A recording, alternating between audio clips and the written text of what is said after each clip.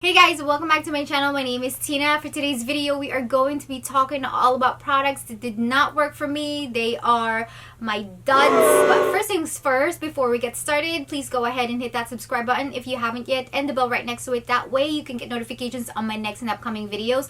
I do a lot of beauty reviews, tutorials, so definitely check out my past videos. I do have a big collection of those, so definitely check them out. So before I mention the first product, I would like to let you guys know that this is not a bashing video whatsoever. These products did not work for me, and I will explain the reason as to why that is.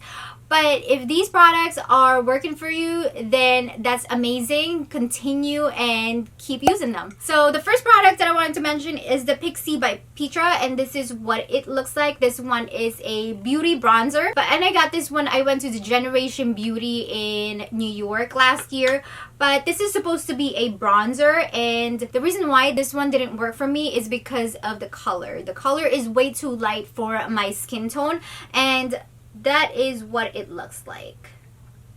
It's not really something that I would reach for. However, the powder is actually really fine, and if you are somebody that has a more of a lighter skin tone than I do, then this product might actually work for you. It also came with a kabuki brush when I got this, but the kabuki brush wasn't really that amazing either. So the second thing that I wanted to talk about are these Too Faced white chocolate chip palettes. I did review them here on my channel. I will put the link down in the description box so you guys can watch them. I really do love the idea of these. These are, you know, really great for traveling. It does have a nice mirror in there. The smell is actually amazing. However, this Too Faced white chocolate chip palette just didn't have any flow to it whatsoever. It has a nice black color in there. However, the black color is glittery, and the transition shade is way too light. Some of the colors in here are kind of chalky, and there's a lot of fallout in these, especially these two chunky shades in here are just not working for me. The original chocolate chip palette is all matte palette. I do like this. It's great for traveling, but if you have the chocolate bar palette already, there is no reason to get this unless that you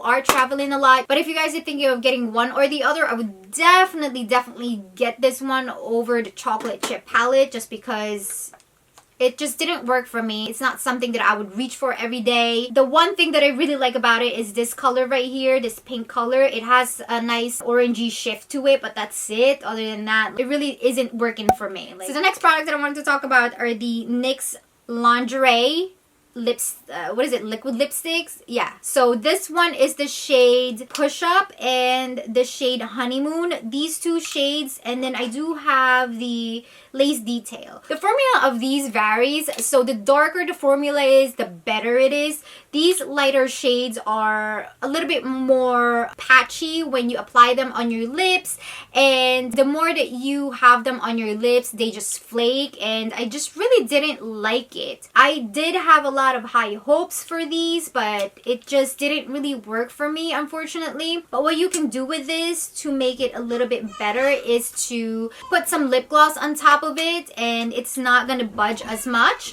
But these are the three colors that I have mentioned. I do like the darker colors a little bit, just because they're a little bit more comfortable on the lips and they don't accentuate the fine lines on your lips as much. And speaking of liquid lipsticks, you guys know how I feel about the Kylie liquid lipsticks. I did mention them before on my channel. I do have a review as well on that, so I will put the link down in the description box.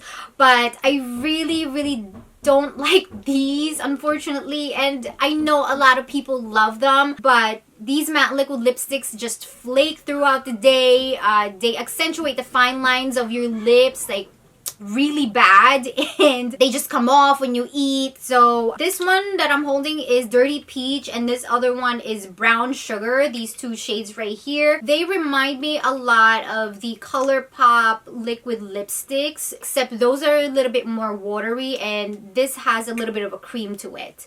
But those are the two colors that I have here that I'm mentioning to you. Also, another thing that I found with this is that if you put a lip gloss on top of it, it works a little bit better. And the other product that I wanted to talk about is the Marc Jacobs eyeliner, and this is what it looks like. And this one had a lot of promise. I saw another YouTuber talking about this before.